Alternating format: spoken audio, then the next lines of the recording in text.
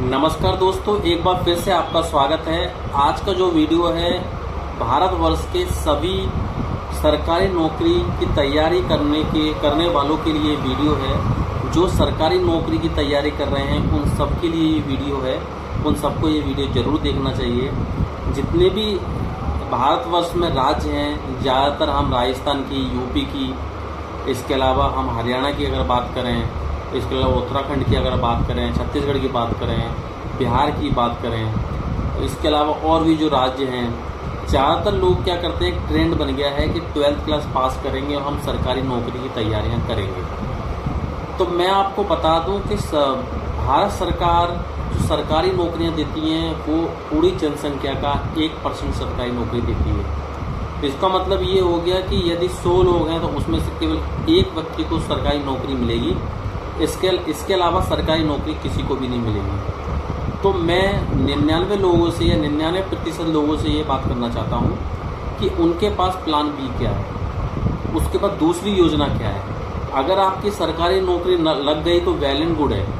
अगर किसी कारण से अगर आपकी सरकारी नौकरी नहीं लग पाती है तो आप क्या करेंगे। लोग तैयारी करते रहते हैं। आजकल इतना कंपटीशन हो गया है कि लोग जगह जगह तैयारी करते हैं। मान लीजिए किसी ने पटवारी का फॉर्म भरा या कोई लेखापाल बनना चाहता है, इस तरह से तैयारी करता है। उसमें इतने विषय हो जाते हैं तो वो उसी में उलझा हुआ रहता है। मैथ्स की क्लास जा रहा है, इंग्लिश की क्लासेस जा रहा है, एसएसटी क्लास जा रहा है, जीएस की क्लासेस जा रहा है। तो इतना वो उलझा हुआ है कि उसको दूसरी योजना बनाने का समय ही नहीं है। और हमारा जो 12th क्लास हम पास करके निकलते हैं तो हमारी उम्र होती है 16 से 17 साल।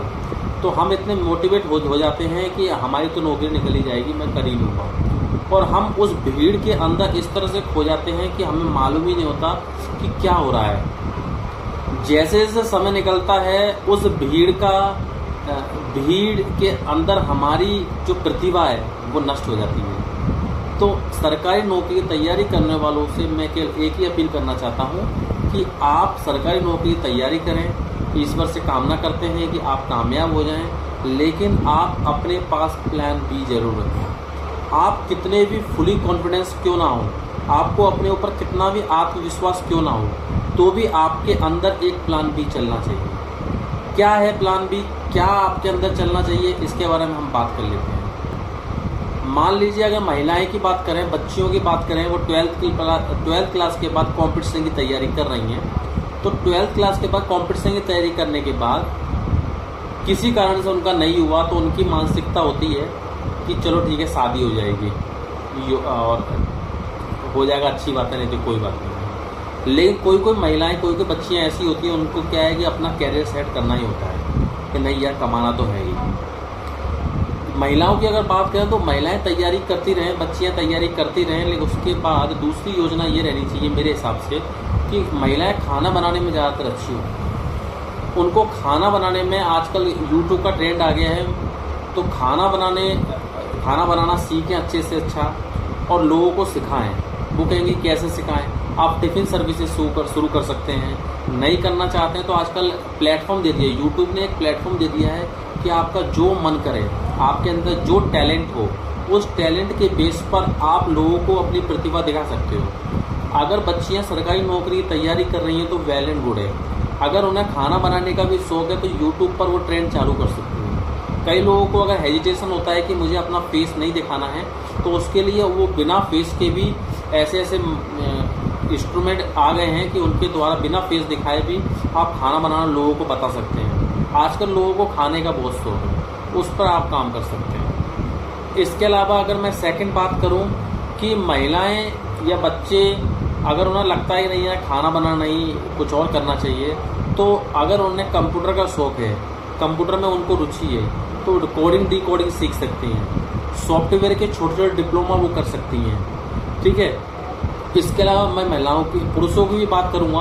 ऑल ओवर मैं बात करना चाह रहा हूं। अगर पुरुष को लगता है उन्हें फुल कॉन्फिडेंस है तो आप वीडियो एडिटिंग सीख सकते हैं। आजकल यूट्यूब क्रिएटर इतने बड़े बड़े चैनल हो गए हैं, लोगों को वीडियो एडिटिंग नहीं आती है। आप वीडियो एडिटिंग यूट्यूब के माध्यम से सीखे, उनसे ही कह सकते हैं कि हम आपकी वीडियो एडिट करेंगे।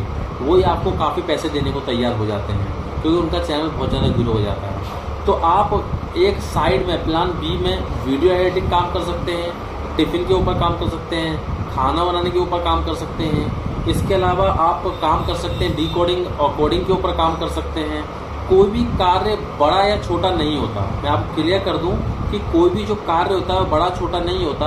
अगर मैं आपसे कहूं कि आपको एक टपरी लगानी है, आपको चाय बेचनी है, तो आप बिल्कुल पीछे हट जाएंगे, नहीं मैं चाय नहीं बेचूंगा। और आपको मालूम होना चाहिए कि कोई एक नया व्यक्ति आया और उसने चाय के ट्रेंड को चेंज कर दिया, उसने चाय को बेचने का तरीके को चेंज कर दिया, उसने प्रोफेशनल वे बना दिया और दुकानों पर करोड़ों रुपए में वो करोड़पति बन गया एक 10 रुपए की चाय बेचने का। अगर आपके मन में कोई आइडिया नहीं आ रहा है कि नहीं मेरे अंदर कोई आइडिया नहीं आ रहा है, तो अपने आसपास लोगों को देखिए कि वो आसपास लोग किस तरह से कार्य कर रहे हैं, किस पर काम कर रहे हैं, वो किस तरह से सीख रहे हैं। कोई भी कार्य बड़ा छोटा नहीं होता, इसका आप ध्यान रखें। अगर आपको अपने बिजनेस में कॉन्फिडेंस नहीं आ रहा तो कहीं सेल्स पर आप काम करिए। सेल्स पर आजकल क्या सेल्स का ज़माना है, आपको सेल्स करना जरूर आना चाहिए, सेल्स आनी ही चाहिए आपको। ठीक है, अगर आपका प्लान एक सरकारी नौकरी लगी तो वेल एंड गुड है, नहीं तो सेल्स अगर आपको आएगी तो आप किसी फील्ड में सफलता हासिल कर सकते हैं। हर व्यक्ति को सेल्स मैनेजर की जरूरत पड़ती है। दूसरी बात अगर मैं बता दूं, इसके अलावा आपको ज्वेलरी वगैरह का शौक है तो ज्वेलरी किस तरह डिज़ाइन होती है तो आप ज्वेलरी शॉप पर भी काम करके डिज़ाइन करना सीख सकते हो। यूट्यूब में हज़ारों वीडियोस पड़ी हुई हैं, कुछ भी आप कर सकते हैं। इसके अलावा आज के ज़माने में जिस तरह से स्पीड से ज़माना पकड़ रहा है तो आपको इंग्लिश लैंग्वेज ज़रूर आनी चाहिए। आने वाले समय में इंग्लिश लैंग्वेज के बिना आप कुछ नहीं कर पाएंगे, खासकर प्राइवेट सेक्टर्स में। तो अगर आप प्लान बी की तरफ अपना प्लानिंग कर रहे हैं तो आपको इंग्लिश लैंग्वेज ज़रूर सीखना चाहिए, आपको कंप्यूटर से ज़रूर जुड़ना चाहिए, कोडिंग डिकोडिंग आनी चाहिए, सॉफ्टवेयर का कुछ काम आना चाहिए, कुछ छोटे छोटे डिप्लोमास कर लीजिए, DCPET से कर सकते हैं, इस तरह से डिप्लोमास होते हैं। कुल मिला के मैं सरकारी नौकरियों की तैयारी करने वाले सभी छात्र छात्राओं से ये अपील करना चाहता हूँ कि आप अपनी नौकरियों की तैयारी करिए। मैं ईश्वर से कामना करता हूँ कि आप सफल ज़रूर हो जाएंगे, लेकिन किसी कारण से अगर आप सफल नहीं हुए तो आपके पास प्लान बी क्या है ऐसा कि अगर मैं इस फील्ड में सफल नहीं हुआ तो मैं ये कर लूँगा। क्या आप अगर नहीं सफल हुए तो क्या आपको स्ट्रेस फोबिया तो नहीं है? अगर आज का ज़माना ऐसा है कि अगर आप प्राइवेट सेक्टर में जाएंगे तो आपको लोगों के सामने बोलना आना चाहिए। अगर बोलना नहीं आता तो सीख लीजिए, नहीं तो समय आपको सिखा देगा, परिस्थितियाँ कुछ भी सिखा सकती है। आजकल युवा की अगर बात करें, हर व्यक्ति सरकारी नौकरी की तरफ बढ़ रहा है। अगर मान लीजिए कल ही कोई इंस्ट्रक्शन आ जाए कि सरकारी नौकरियाँ निकलना बंद हो जाती है तो आप क्या करेंगे?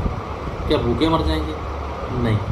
इसलिए आप अपने अंदर माइंड में प्लान बी रखिए, आप सोचिए आप क्या कर सकते हैं। नहीं समझ में आ रहा तो आप मार्केट जाइए, लोग किस तरह से कार्य कर रहे हैं, क्या कर रहे हैं, कैसे कर रहे हैं उसको सीखने का प्रयास कीजिए, समझने का प्रयास कीजिए, सेल्स सीखिए, इंग्लिश लैंग्वेज सीखिए, कोडिंग डिकोडिंग सीखिए। खाना बनाना जेंट्स लेडीज ही खाना नहीं बनाती, जेंट्स भी खाना बना सकते हैं। इसके अलावा आप पढ़ा भी सकते हैं लोगों को। ये कुल मिला के सीधी सी बात ये है कि मुझे ये वीडियो बनाने का केवल मेरा उद्देश्य ये है कि सरकारी नौकरी की तैयारी करने वाले लोगों से बस मैं इतना कहना चाहता हूँ कि आप प्लान बी अपने पास रखिए। आने वाले समय में जनसंख्या इतनी हो जाएगी कि आप सरकारी नौकरी लेना आपके लिए बहुत मुश्किल हो जाएगा। और दूसरी बात, सबसे इम्पोर्टेंट बात ये है कि सरकारी नौकरी दूर से देखने में एक ख्वाब होती है, लेकिन जब आप उस जगह पहुंच जाते हैं तो आपको ऐसा लगता है यार इसमें तो मेरा मतलब मज़ा नहीं आ रहा, काम नहीं चल रहा।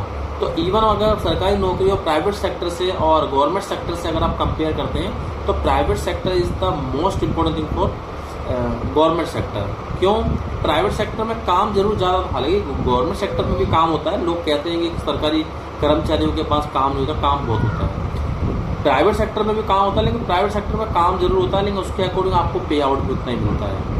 आपके ऊपर, टैलेंट के ऊपर, आपके स्किल्स के ऊपर डिपेंड करता है कि आप जितने चाहो जितना पैसा निकलवा सकते हो, बस आपके पास टैलेंट होना चाहिए। बस मेरा वीडियो बनाने का लास्ट में 2 बात और कहना चाहता हूँ कि लास्ट सरकारी नौकरियों के पीछे आप ना भागें। अगर आप भाग रहे हैं, तैयारी कर रहे हैं तो करिए, करते रहिए, भगवान चाहेगा आप सफल जरूर हो जाएंगे। लेकिन किसी कारण से 1% अगर आप सफल नहीं हो पाए तो उसके बाद आपके पास प्लान बी क्या है, क्या योजना बना रहे हैं आप, उस योजना को अपने माइंड में रखिए और उस पर काम शुरू कर दीजिए और धीरे धीरे उस योजना पर हथौड़ा चालू कर दीजिए। मान लीजिए 1% आपकी सरकारी नौकरी लग भी गई, लगने के बाद में वीडियो एडिटिंग का ऐसा काम होता है कि उसको आप पार्ट टाइम भी कर सकते हो, साइड में पार्ट टाइम काम कर लो। अगर 20-50 हज़ार वहाँ से आगे तो कौन से बुरे हैं। और अगर नौकरी नहीं लगती है तो वो आपका फुल टाइम बन जाता है। कंप्यूटर की आप नॉलेज लेते हैं तो वो नुकसान नहीं है, आपके काम ही आएगा। गवर्नमेंट सेक्टर में जाओगे तो सारा काम कंप्यूटर पे होता है। खाने बनाने की बात करें तो अगर आपकी नौकरी लगी तो वैल्यू, नहीं लगती तो आप अपनी फैमिली को हैप्पी रख सकते हो। लोगों को आजकल खाना बनाने का बहुत शौक होता है, अपना रेस्टोरेंट खोल सकते हो, साइड बिजनेस कर सकते हो। सरकारी नौकरी करने के साथ साइड बिजनेस भी आप कर सकते हो। यानी कुल मिलाकर प्लान बी सोचने से फ़ायदा केवल इतना होगा आपको कि अगर आपकी नौकरी लग गई तो आप उसको पार्ट टाइम कर सकते हो, किसी कारणवश अगर नौकरी नहीं लगी तो आप उसको फुल टाइम कर सकते हो। इसलिए आपसे निवेदन है कि आप प्लान बी के बारे में जरूर सोचिए। नमस्कार।